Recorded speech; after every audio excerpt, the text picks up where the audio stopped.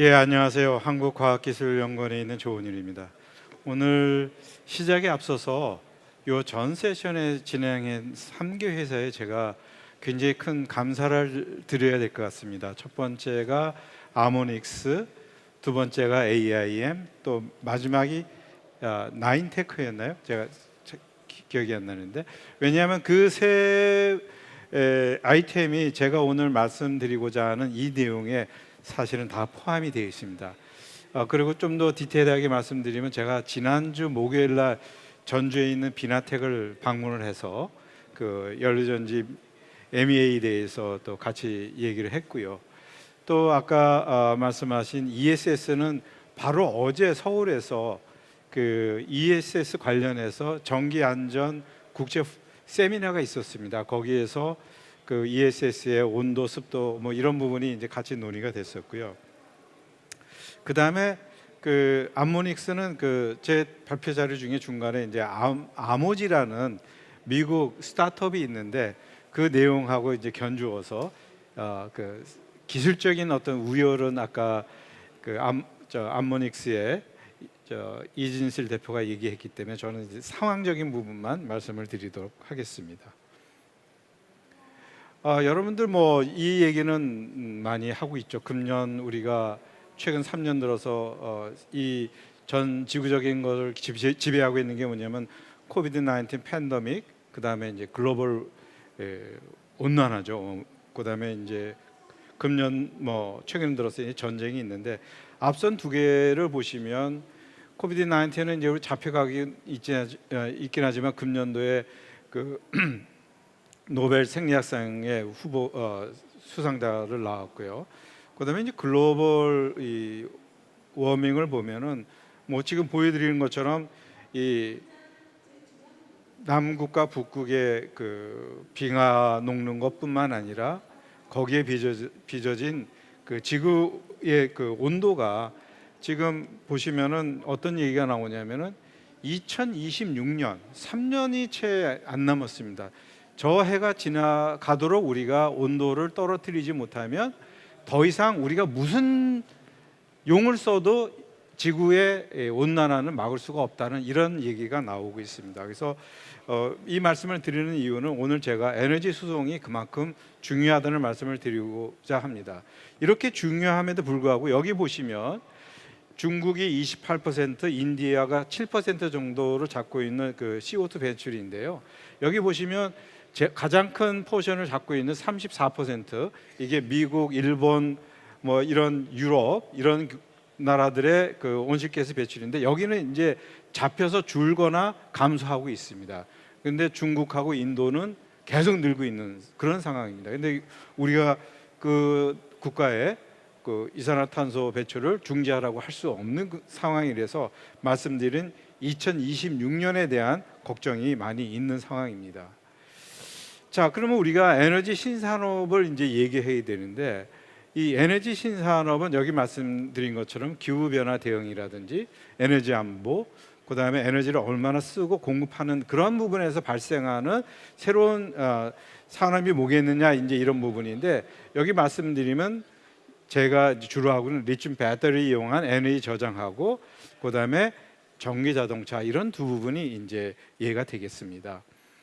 그 다음에 이제 이거는 한국에너지공단이라는 그 공사에서 그 에너지 신산업을 이렇게 얘기를 했는데, 여기 보시면은 그 ESS 보급 사업하고 그 다음에 신산업, 버추얼 파워 플랜트, 이게 가상 발전소죠. 그 다음에 섹터 커플링 이런 부분이 있는데, 여기 보시면은 이 VPP는 이 전남이 강한 이 태양광이라든지 풍력 이런 부분하고 각종 그 전기를 만드는 부분하고 수요하고를 연결을 해서 가상적으로 그 발전소를 운영하고 공급하고 이런 부분이 되겠습니다. 제가 이렇게 왜 전체적인 얘기를 말씀드리냐면, 너무 바쁘시기 때문에 혹시 시간이 없으신 분들은 이 정도만 얘기를 드셔도 오늘 제가 말씀드릴 거를 다 들은 거나 진배 없기 때문입니다.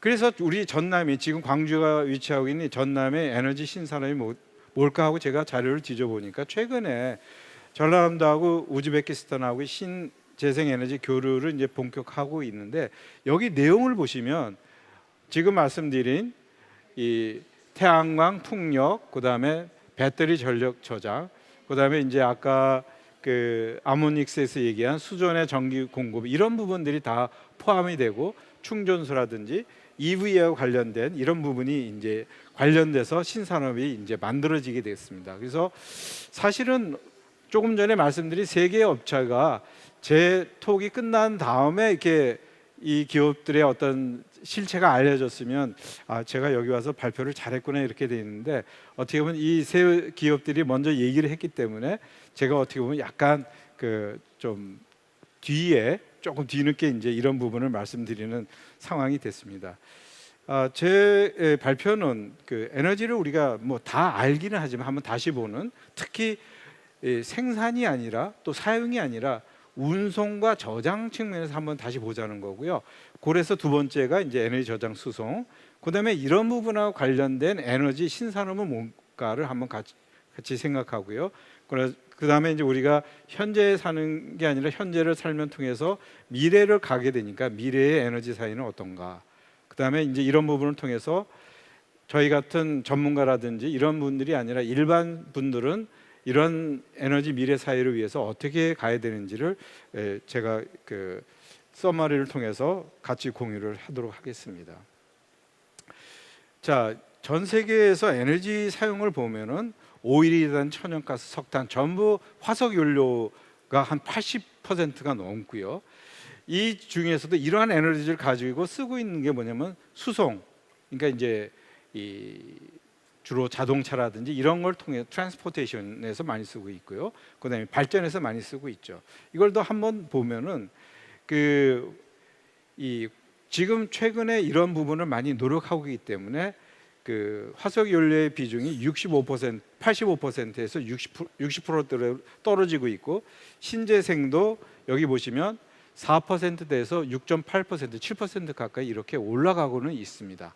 그래서 이런 부분들을 우리가 생각을 해야 되고, 그러면 이러한 신재생에서 우리가 생각해야 될 부분이 뭐냐?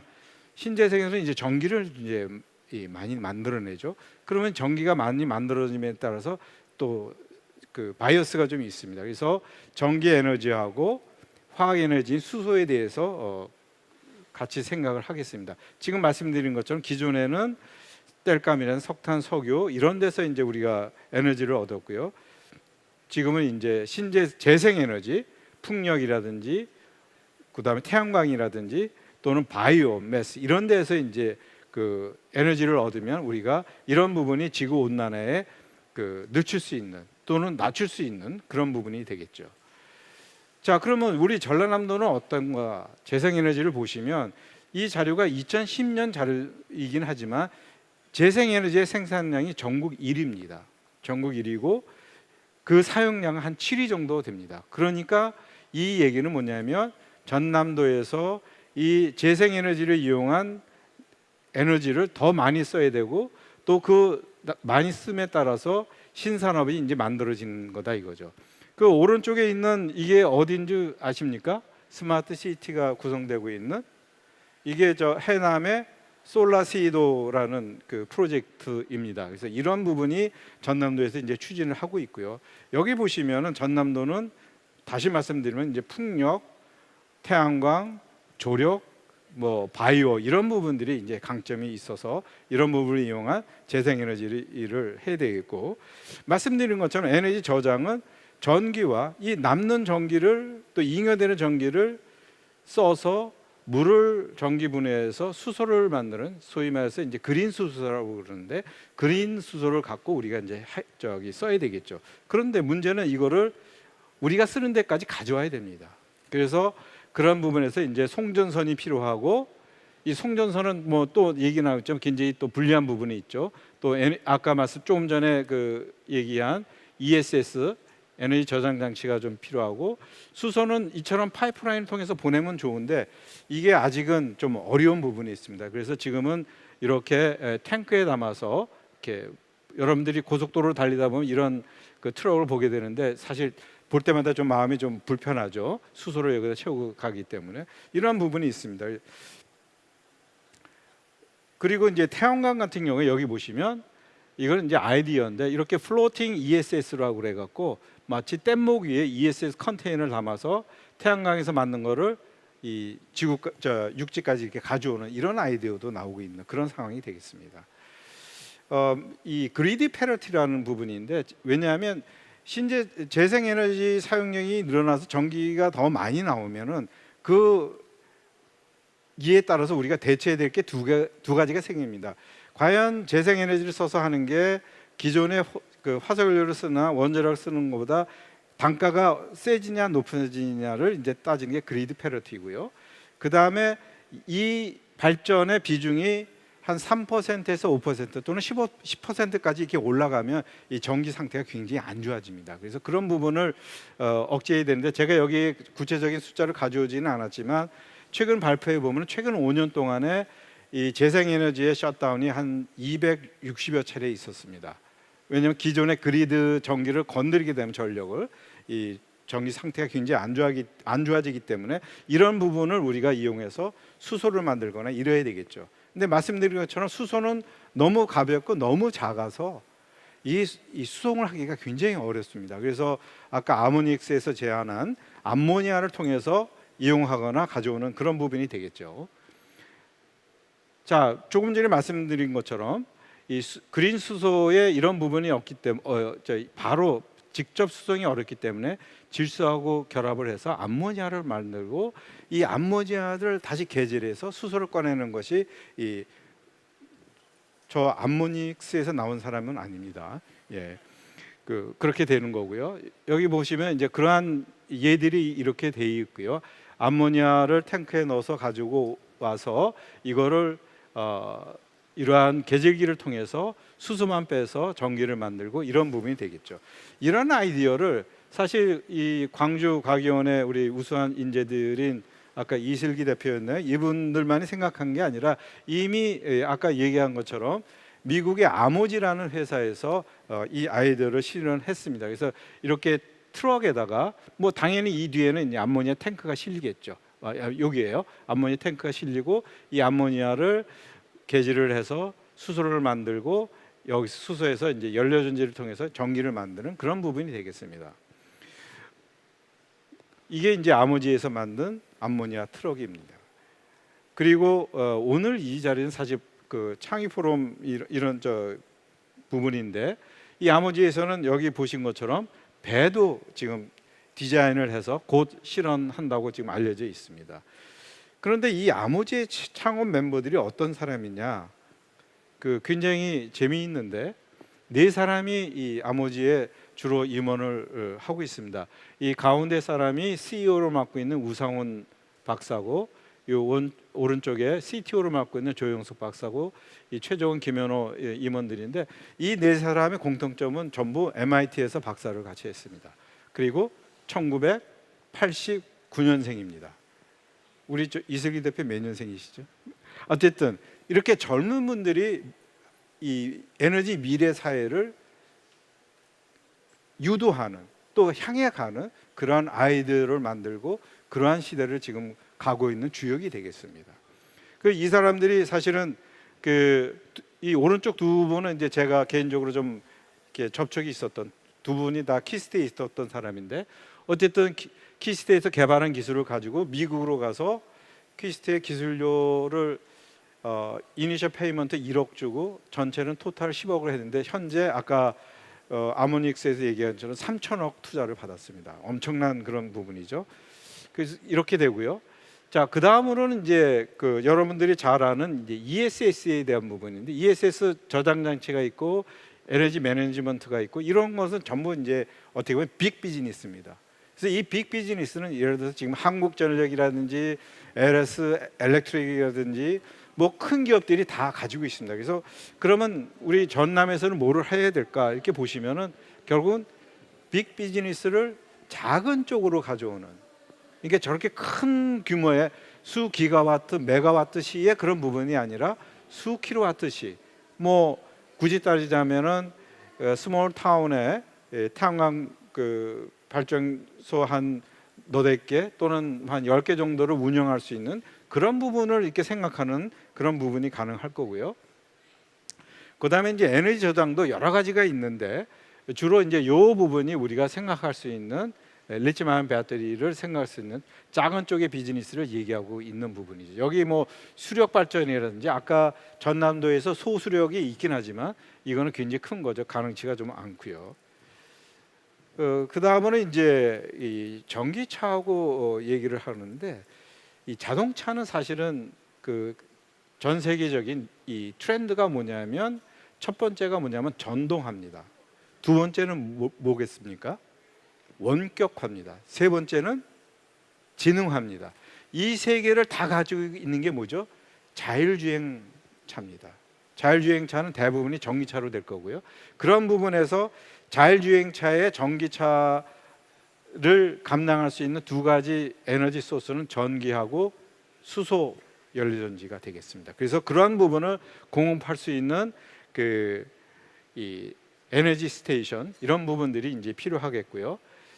이거는 제가 2013년도에 한국에너지기술평가원에서 전국에 아이디어를 공모를 하고 그 아이디어 기반으로 해서 사업까지 이제 갔는데 시작은 못했습니다. 현대가 이제 빠지는 바람에 여기 보시면은 전기차, 배터리 전기차하고 수소 전기차를 쓰고 이렇게 에너지 스테이션을 이용해서 전기도 공급하고 수소 공급하는 그런 아이디어를 냈었고요. 이런 부분이 언젠가는 일부 이 부분적으로 쪼개져서 에너지 스테이션으로 지금 실증이 되고 있는 것으로 저 알고 있습니다. 자, 미래 사회는 이게 이제 광주 미래 사회에서 제안된 2020년도에 나온 건데 여기 보시면 제가 지금까지 말씀드린 그 에너지 저장, 수소 이런 부분과 관련된 게 한 5개 정도가 있는데요. 태양광 발전기, 그다음에 드론이 있죠. 그다음에 이 이볼트 같은 하늘 나는 좀 자동차, 수소 자동차, 전기 자동차 이런 부분들이 이 우리 에너지 미래 사회하고 관계가 되겠습니다. 이거는 이제 좀 전에 말씀드린 것처럼 ESS에서 이제 사업 모델인데 작은 빅 비즈니스를 작게 가져오는 그런 부분이 필요하겠고요. 역시 마찬가지로 이 빅 비즈니스를 작게 가져오는 것이 우리 전남도 또 광주 이런 쪽에 더 기회의 요인이 있겠다 이래 말씀을 드리겠습니다. 그다음에 이제 오늘 주제가 AI인데 AI는 사실은 제가 조금 모르는 분야이기도 하지만 이 AI에 잘할 수 있는 거는 AI의 기본적인 게 빅데이터거든요. 그다음에 이제 머신 러닝 뭐 이런 부분인데 빅데이터를 가질 수 있는 거는 사실은 굉장히 큰 기업이나 또는 굉장히 그 정부적인 가버먼트가 정부 조직체에서 가능한 그런 부분이 되겠습니다. 그래서 이 전남도에서 그런 부분을 연결을 할 수 있다면 에너지 신산업하고 이 AI도 충분히 연계가 가능할 것으로 기대를 하겠습니다. 마지막으로 이러한 시대에서 우리 일반인이 어떻게 해야 될 거냐 보시면 결국은 이 온실가스 배출을 자발적으로 억제하는 것이 필요하겠다. 뭐 사실 어쩔 수 없긴 하지만 저도 오늘 아침에 내려올 때 KTX 전기 열차죠. 전기 열차 타고 내려왔고 그 다음에 여기까지도 센터까지 전철을 이용해서 왔습니다. 이렇게 이 퍼블릭 트랜스포테이션을 많이 쓰는 것이 결국은 이런데 이제 자발적으로 가는 거고요. 두 번째 육류 섭취는 저도 좀 못하고는 있지만 앞으로 이 발표를 계기로 해서 저도 좀 줄여 보도록 하겠습니다. 그다음에 이제 뭐 제가 어렸을 때부터 많이 강조했던 이 물 사용이라든지 전기 사용 이런 부분들을 개인적으로 많이 억제하는 것이 우리가 되겠습니다. 그다음에 마지막으로 이 공부를 해야 됩니다. 우리가 머리를 많이 쓰면 쓸수록 이 치매에 안 걸리고 이 건강한 삶을 살 수 있듯이 진짜 미래 에너지 이것이 어떤가 특히 이제 수소 저는 개인적으로 배터리를 연구를 하고 있지만 에너지의 끝단에는 수소가 있다고 확신합니다. 그래서 수소를 여러분들이 더 많이 알고 배우기를 권유하면서 제 발표를 마치도록 하겠습니다. 감사합니다.